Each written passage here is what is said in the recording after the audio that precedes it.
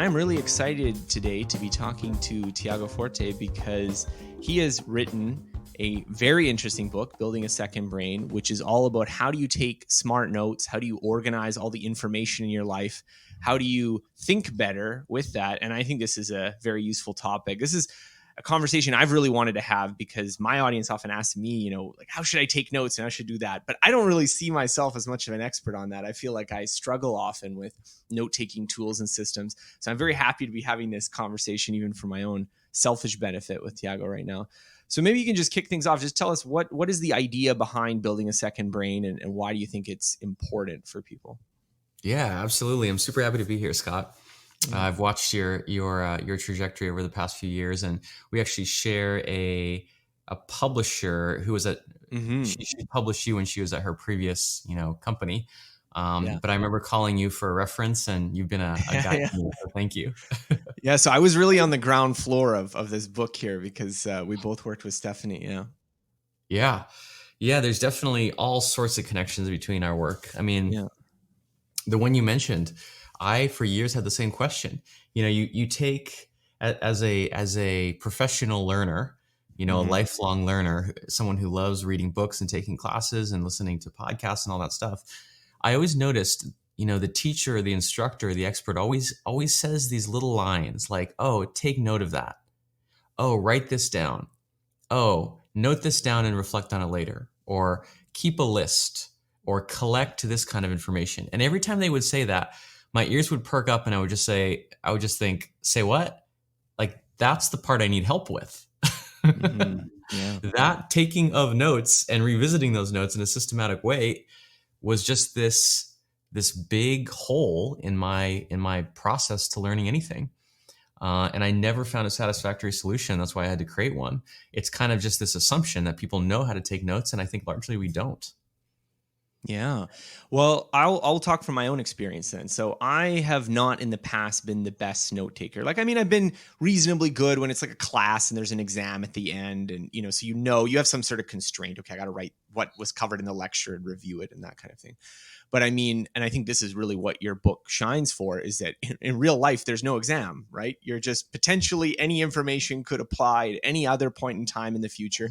And if you're like me, you consume a lot of information. You're reading all sorts of interesting stuff. I mean, we're both writers, so the kind of potential connections of where this might be useful is never super, super organized. You're always looking for those. Oh, that's an interesting story, or that's an interesting idea, and you're linking it together. And so I'll give you my process. So what I would typically do is I'd be like, you know what? I need to be more organized about this. So I'm going to start taking notes, and I'll get like Evernote, and I'll get the browser plugin, and I'll just start clipping things. Clip. And then all of a sudden I have a bajillion things stored in my Evernote, and it's just, I am actually scared to look at it. Like, I don't want to open it because there's just too much stuff. And then I realize, wait a minute, I'm not looking at these notes ever again. I've just been clipping things and sending them to the void. So you talk about this in the book. And so I really want, your expert opinion here. What am I doing wrong? And for anyone else who can relate to my experience where you've tried to do note taking and it's just been sending things into the void, what are we doing wrong and how can we do it better? Yeah, I actually wouldn't say that that's necessarily wrong. I would just say it's a phase. It's a phase that I think is actually helpful to go through. I think the basic kind of problem is, for all of human history, we lived in an environment of information scarcity. So all of our mindsets and habits and our approaches are designed for scarcity, right? Like, you hear a negative insight. Oh, I gotta keep that because it's going to go up in smoke. But suddenly, just in the past, like 0.0001% of human history, we've switched all of a sudden to an environment of total abundance, hyperabundance, right? And so all of those instincts are incorrect and actually lead us, astray. And so I'd say it's good even to go through, I call it the hoarding phase, right? Go through a hoarding phase. Go through a phase where you're keeping every single quote you come across. Go through a phase where you're, web clipping every website that might be useful. But then when you reach that point that you mentioned that you've reached, right, where you go to the other side of the coin, your future self goes back to all this stuff you've collected and realizes what I think is the important realization to have, which is that when you collect everything, you might as well collect nothing. right? When you try to save all the knowledge, you end up not having any knowledge that's accessible. If you save everything, you end up just creating a huge amount of work for your future self to organize, distill, review, boil down that to its essence. Mm-hmm. So what I encourage people to think about like the signal in the noise. There's always, this comes from like information theory, right? There's always noise, the noise of the internet, the noise of social media, the noise of even reading a book. There's a lot of filler. What is the signal? How can you distill and extract just the main point, the main takeaway, the main nugget from all that noise? And often what that leads to, that whole cycle of realization, is taking far fewer notes in the first place. So you come up with this system, and you call it, I don't know whether I should say code or CODE. I don't know what you've been using in your head to refer to it. Code.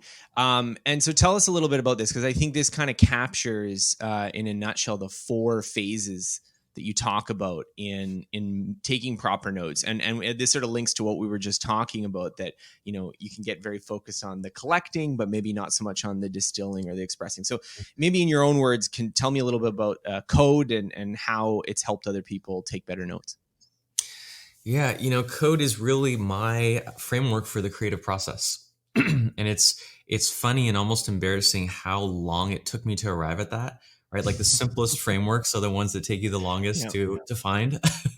Yeah. And I remember one day, like I was sketching, on my notepad here, the different steps that I kept observing in my students. I was like, is it collect? No, it's more like capturing. And then, it's organizing. And then I was like, is it refining or reviewing? No, I think it's distilling. And before I even knew what I was doing, code jumped out at me. Yeah. It was literally COD. And I was like, wow, this has just kind of emerged from, a decade of experience. And what I'm really trying to do is just standardize the creative process. And for some people that sounds, kind of sacrilegious. It sounds offensive. It sounds like I'm, oversimplifying creativity, and I am. But I found for myself, I just can't sit down every day at a blank anything, a blank desk, a blank screen, a blank canvas, and just invent how I'm going to approach my work that day. I need a process. I need a system.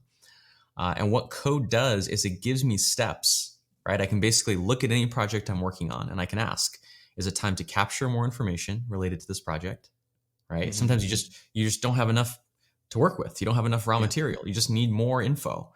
Is it time to organize the info I already have, right? Mm-hmm. Once I have 5, 10, 20 notes, it's pretty clear I have something, I need to organize it. Is it time to distill the information that I've organized, boil it down to the main takeaways? Or have I done all this preliminary steps, and is it time to just express myself? Is it time to just express my own point of view? It gives me like a checklist to run through every time I sit down to work.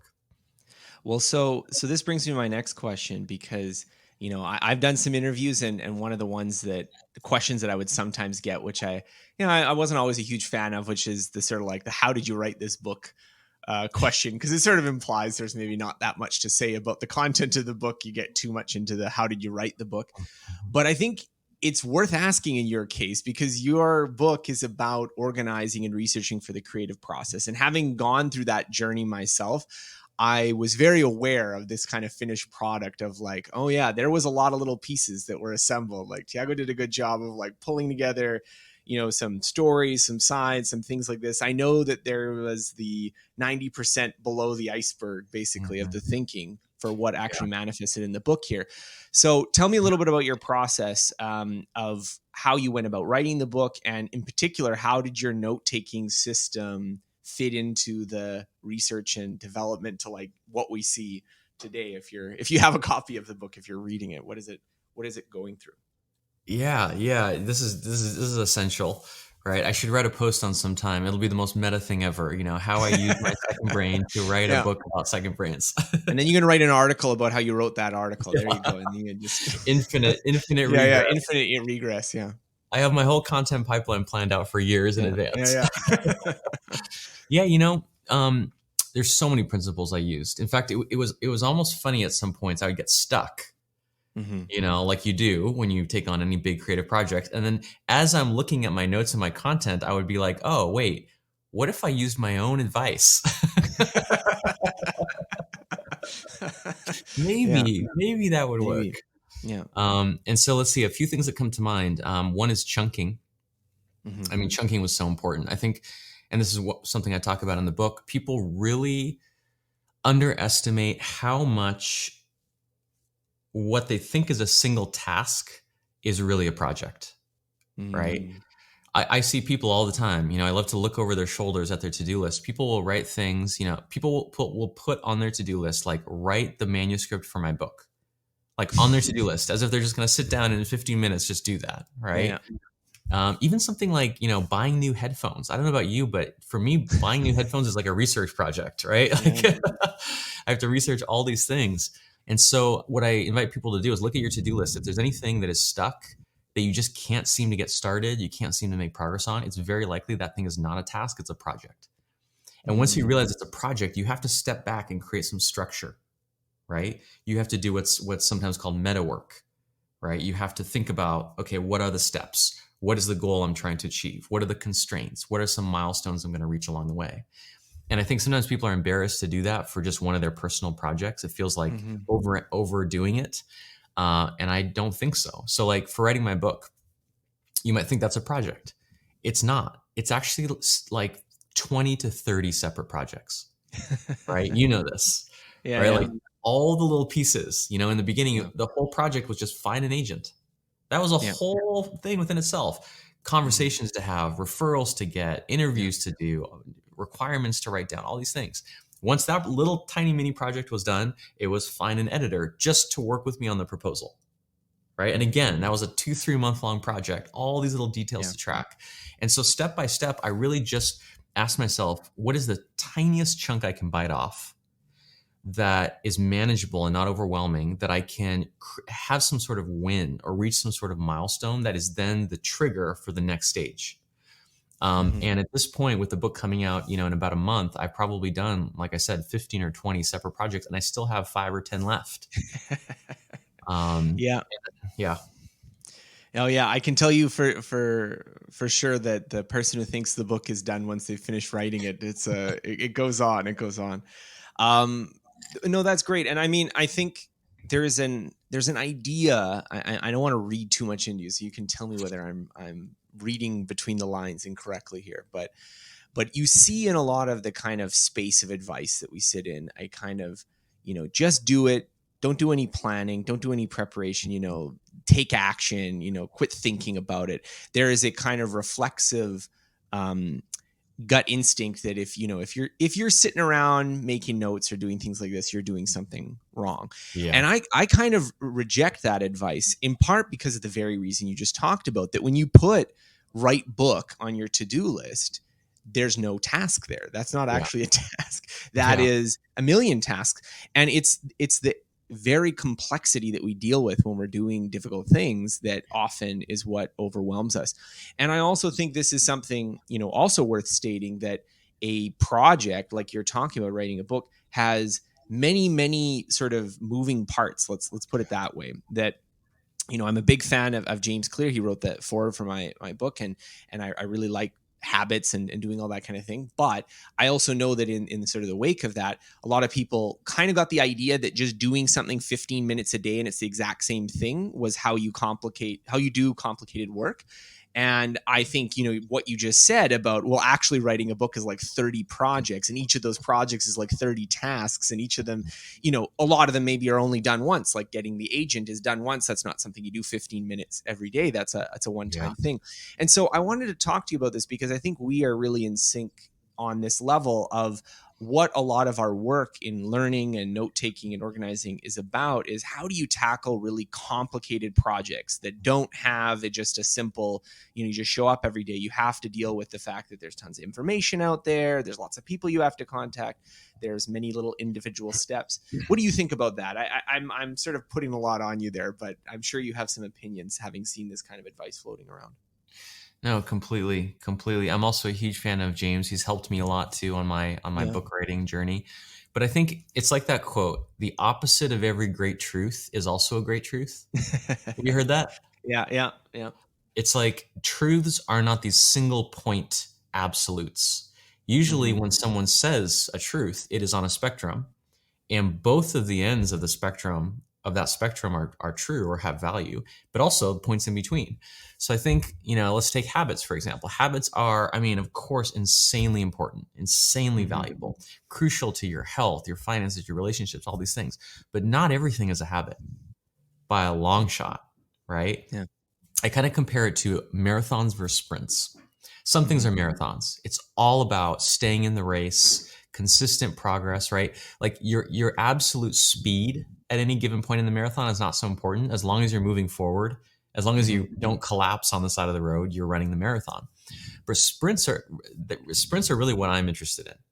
Like Hmm. when I look back on my life, yes, habits were important, but there were these moments in my career and in my business where there was an opportunity, right? There was Hmm. a window of opportunity. Something arose and I had to sprint, I had to generate a tremendous amount of momentum in a short amount of time to take advantage of that opportunity. And that wasn't a matter of habits. It wasn't a matter of routines. It was a matter of having the research in place Hmm. even before I knew how I was going to use it, Yeah. right? So like that's what a second brain is. It is I'm a writer too. That's my main creative medium. I'm constantly doing research. By the time I decide to start writing something, it's way too late to do research, right? Like if I'm going to write an article on X topic, I can't start reading books on that topic or else it's going to Mm. take weeks and months. So in Yeah. a weird way, I have to always be doing research and saving little nuggets in my second brain. So when that opportunity presents itself, I've already done all the research. All I have to do is pull it together. So I'd say it's kind of like marathons versus sprints. You really need both. So, one idea, and this is also something related to it, is a lot of people think about notes in terms of expanding their memory. So, this is something that, like, you have your internal memory and you have your external memory, and you use that to go locate things that you can't remember. But one of the ideas that you bring up, which I think is true, I notice in my own work, is that notes are also a tool for thinking. Mhm. That it's the having notes next to each other that you notice relationships that you couldn't necessarily notice in your head. And I mean, I think both of us would probably agree that you kind of only figure out what you think about something until you've written a lot about it. Like it's just through the Yes. act of writing, of sort of permuting through all the possible ideas that you're going through, that you're like, oh, no, no, no, this is actually what I think about this. I couldn't just figure that out in my head. So tell me a little bit about how you use note taking, not just to save things, but also to think about things. Yeah, I think extending your memory is like the first stage. Hmm. It's like the gateway, it's the stepping stone. And actually, in the book, I have kind of these three stages that I see people move through in kind of the maturity of their second brain: Hmm. remember, connect, and create. So, Hmm. remember has to come first because until you free up some space, right? That has to be the first step. I don't know about you. I don't exactly have Yeah. like tons of just free bandwidth laying around. Like my bandwidth tends to be filled more or less. Mhm. And so it's kind of like when you're going to reorganize your house. You have to like move some things out first, move them into the living room or into the garage or into outside or to the storage space. You have to create some space to work in. And so that's why, I describe a second brain in the first place as an extension of your memory. Just offload, get the 20 or 30 or 40 or 50% of stuff it's just you have to remember, just memorize. It doesn't really add value. It's just kind of sitting there and offload it into an external storage system. But then, as you alluded to, once you do that, things start to happen, right? It's kind of like that saying, more is different. But in this case, Mhm. it's less is different. Less is different. When you free up that bandwidth, suddenly you have some room to think, right? You have some space to wonder and to wander and to ideate. And when you look at these externalized ideas, the stuff that you've just offloaded from your own mind, you move into the second phase, which is connect. And you start to draw little connections. Oh, this is related to this. I'm doing some gardening and having some insights about gardening that also apply to how to, use organic marketing for my business. Like these really Mhm. unorthodox, unexpected connections. And once you've had some of those, and you can literally create those connections like links in between your notes, you Mhm. move to the third phase, which is create. Once you have a critical mass of connections between ideas and they exist in an external place, I find people almost can't help but want to create theories or create stories or create presentations or pieces of writing or new products or side gigs. There's this fundamental human creative nature that I think we have, even among people who insist that they're not creative or their work is not creative, etc., which I don't believe and I disagree with. That creativity just rises to the surface once you have all these building blocks, in front of you. So I want to nerd out a little bit here with you. I think you have David Allen. He has a little blurb on the top of your book. So I know you have some, personal relationship with getting things done. If the people listening to me right now have never heard of David Allen's Getting Things Done, then they should definitely also read that book. That is like the classic book that I think all of us productivity writers go through at some point, where you're like, oh, wow, this person really has got a system. And so I know Getting Things Done has obviously had some influence on your work. And I know also it's a little bit less well known, but definitely in the note taking community, it's not unknown, are Zettelkasten systems.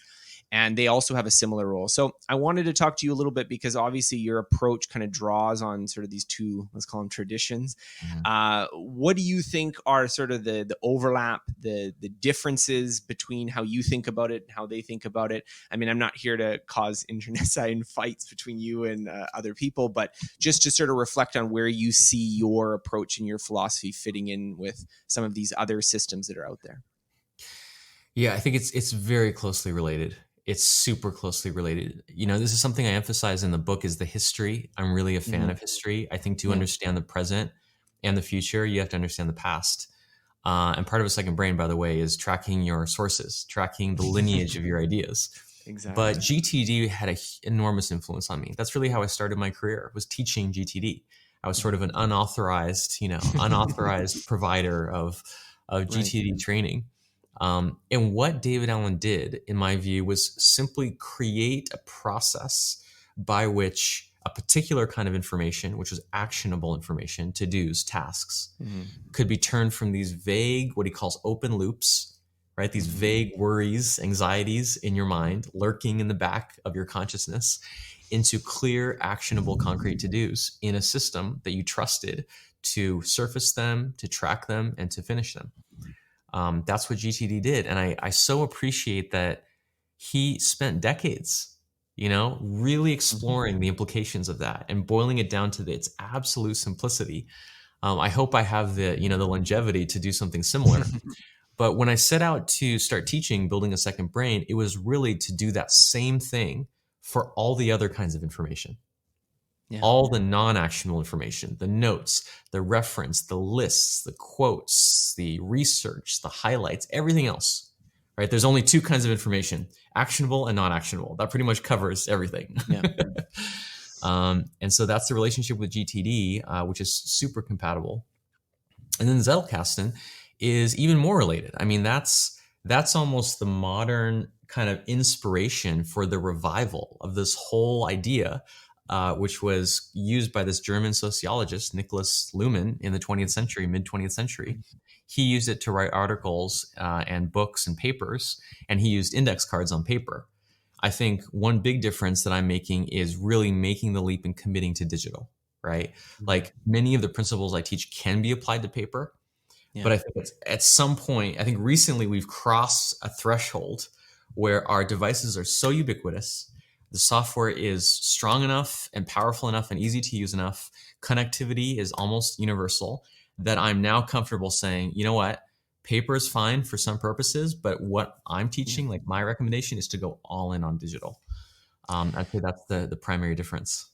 So this is a good point to ask a follow-up question, which is that I remember reading the book and noting that, it's very difficult to talk tools in a book that you hope is going to be around 20 years from now, because then you end up recommending something that, like, you go to the website and you get like a 504 gateway error or something, and it's like, oh, I went all in. And I've made that mistake. I remember in my early days of writing, I recommended a to-do list software, which was literally just to-do list. Like, it didn't have any other features.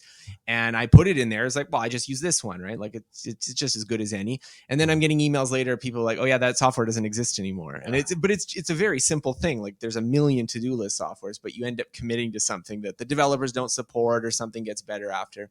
However, we're having a podcast right now. We're in the ephemeral media that is the internet. And so anyone who's listening to this, and we're now aged and don't look as youthful as we do on this video, or sound as youthful if you're listening to us, you can trust that, okay, go to Tiago's website and he'll have some update in 2042 or whatever we are listening to this, if this podcast is still around. What do you recommend? What do you use for tools? What's the tech stack that you recommend people get started with? Are there pros and cons? Are there criteria you use to evaluate these decisions of like, this is really important? People get tricked by these bells and whistles, but they're not so important. I want to hear. Yeah, this was really one of the central challenges of the book. I mean, to the point that it was almost difficult getting a publishing deal because, publishers are like, okay, we work on, 5 to 10 year time spans at least. Yeah. Yeah. And you're going to write a book on software. Like, why not just publish a PDF? Why not just put this on your blog? Yeah. And I tried, and I strongly considered that. But I think what convinced me to ultimately go forward with it is there are some timeless principles. There are some concepts that stand the test of time. And so, I mean, my straightforward solution to that was simply every time it got to the point to recommend a specific product, I just stopped and I said, check out the Second Brain resource guide, which is now live, actually just as of this week. So you can put it in the show notes. So where do people go if they're listening to this and they're driving their car and they want to pull up their phone? No, don't do that. But I'm going to have to send you the link. I don't know the URL offhand. I should probably memorize that, but I'll send you the link to it. It's just a page on the buildingasecondbrain.com website. Perfect. Which will buildingasecondbrain.com. They can go there and there'll be a link to resources. Exactly. Perfect. Yeah. It's a completely free public resource, and also linked to many places throughout the book. And all it is just a step-by-step process of determining what is your note-taking style. First of all, I actually joke that you don't choose a note-taking app, a note-taking app chooses you, because it's so personal. It's so related to your temperament, your personality, your goals, the way that you naturally think about information. So we have 4 archetypes, including a video that kind of describes what each one is. And then I introduce you to some of the different categories of Second Brain apps, because it's not just note-taking apps. There's web clippers, there's audio or video transcription apps, there's PDF readers, there's ebook readers, there's probably a dozen different kinds. And then at the end, we have a comprehensive directory naming specific products with the links to their websites, the operating systems that they function on, the type of Second Brain app that it is. And we're committing to updating that essentially indefinitely to keep it kind of relevant and timely for people. Okay, that's very cool. I'm definitely after this going to check out and figure out what this is like a personality test now. I get just like one of those, what kind of note taker are you? You should do these 15-minute, the Facebook quizzes what kind of note taker are you? Yeah. Totally. Oh, I like that. So one of the things that I thought was really interesting about this book, especially in light of what we're talking about this being sort of for creative work and ideas and, learning, not necessarily tasks, not necessarily the kind of, busy executive stereotype that I think getting things done sometimes falls into, is the idea of organizing notes in terms of the action situations that they might be required. So you talk about this para system in terms of organizing things for action. And I think this goes back to my original problem that I talked about in this sort of opening. You get all these notes and then you're like, oh, I got to go through them. How do you organize your notes so that they become actionable, so that they come up for you at the right time, so that they're sort of set up in your ecosystem so that when you need to know something, you encounter it again? Yeah, totally. I think that's kind of the driving principle of much of what I teach is, there's a lot of reasons to take notes. There's some reasons that are more appreciative. There's an inherent joy in thinking for sure. Right. But I think just what I'm most interested in, or what I care about, or what makes the biggest difference to people's lives, I think, and their careers and their businesses, is completed creative projects. To me, that is the unit of progress that is most relevant in today's modern world, is a completed project. Not something you're working on, not something you're thinking about, not something you're collecting research on, but when you can point to a specific result, a specific outcome that is done, it's finished, it's delivered, it's shipped, there is an end point, right? That means you get to, first of all, step away You get to offload something from your, your workload. But also that's where the reputation comes from. That's where you build connections. That's where you prove you know what you're talking about. That's where you create impact for others. And Mm-hmm. it's like modern knowledge work, it often doesn't come to conclusions. Every version of the website is just the next version, right? Yeah. Every version of the document, every version of the memo, everything is just kind of ongoing. That I think we have to actually put some intention to having things finish, having things come to conclusions. And so PARA is my framework for organizing. It stands for the 4 categories of information that encompass everything you might ever want to keep, which are projects, areas, resources, and archives. But they come in a certain order, in order of priority. The first one, as you noted, is projects, which is the first class citizen, the top of the hierarchy. And all it means is to just, it really couldn't be simpler. It's just to just identify your current active projects, which that step alone, we do this in my course. I lead people live through the process of doing that. Just that alone is so clarifying, right? Like if you ask the average person, what are the currently active projects? They can't really tell you. They have a vague idea. Some of them, others are very unclear. And it's just making a list. This is what I'm committed to. This is what I've decided is going to happen. And then once you've done that, you've done 90% of the work of setting up Para, which is to just create a notebook or folder or tag or whatever, scheme your note-taking app uses for each one of your active projects. When you create a container for something, you start to see more of the things that could go in there, right? It's like having a placeholder. So when you create these, empty notebooks or folders, suddenly you realize everything you touch that's related to your projects, which is most things, can just with 1 second, with one motion, be put right into the corresponding notebook, which means the next time you work on that project, you just go right to that notebook and you have everything related to it in one place. So I want to end on a kind of a personal story. I really liked the discussion of your father because he was an artist or is an artist and has had an influence on how you think about creative work. Which, my parents aren't artists. A lot of people here probably don't have artistic parents, but how did that influence your thinking about not only the creative process, but how creative work actually happens and how it actually gets done, as opposed to maybe the mythos that surrounds it? Yeah, it had such a profound impact. Growing up, it was like living in two worlds because, he'd paint these beautiful, imaginative, colorful paintings, and everyone who saw them, they came over to the house or they saw the website or they'd see his art in a gallery. They had this, I could just tell they had this image of him that was like the classic artist. And they saw him as this just like, mystical, spontaneous, completely structureless, imaginative person, which he is. But I saw what happened behind the scenes. I saw the other side of that equation, which is my dad was and is so structured. He's so systematic. Everything functions according to a principle. Every time he approaches a painting, he is approaching it from a very systematic way. And that is what allowed him to be prolific, right? To not get bogged down for weeks and months on one painting. It allowed him to earn a living from his art, which is an enormous accomplishment in any field, right? Yeah. And third, allowed him to raise 4 kids in Southern California, which is like an even more difficult accomplishment. Yeah. And I think that's what so many, whether they call themselves artists or creatives or writers or just knowledge workers, are missing today.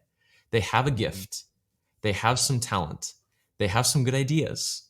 They have opportunities. They have all the pieces of the puzzle, but they're just missing that systematic process, and mostly because they just didn't have a model. Most of our models come from movies or films, right? Where it's that classic, just free form, just no principles, no structure, no process. And I just think that's not realistic. No, I love that. I love that. And I think that really reflects a lot of my ideas about creativity. I think, we romanticize the insight and often not the persistence and effort and indeed what you talk about, the systematicity of it. So I want to thank you for chatting with me and helping me with some of my own note-taking issues. I really recommend to everyone who's listening to this right now to check out Tiago Forte's book. I think if you liked ultra learning, or even if you hated ultra learning, they're very similar books in a way that I think they work well together, because I often talk about learning and what's going on in your head, and Tiago Forte is often talking about what's going on paper or computer to sort of complement that. And I think they're both really important parts of the puzzle. So I want to turn it to you. Is there anything else that you'd like to say? Is there anywhere that you'd like to send people, direct them if they're listening to this?